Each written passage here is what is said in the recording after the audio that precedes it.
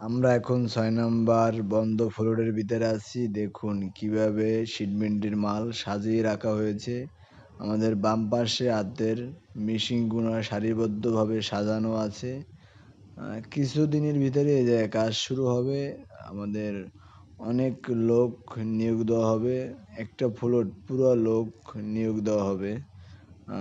আপনাদের ইপিজির ভিতরে এটা গার্মেন্টসটা আমি সিকিউরিটির সেফটির জন্য নাম বলবো না গার্মেন্টসের।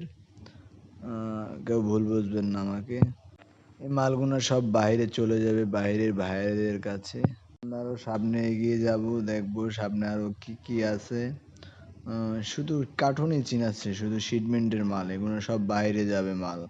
এটি মনে হয় কালকে ডেলিভারি হবে। সব সাজিয়ে রাখা হয়েছে প্যাকেটিং করে, অ্যাসোর্ট করে, চেকিং করে মাল সর্বোচ্চভাবে সাজিয়ে রাখা হয়েছে। এই মালগুলো কালকেই শিপমেন্ট চলে যাবে, বাইরের উদ্দেশ্যে রওনা দিবে, চিটাগাং হয়ে তারপরে যাবে।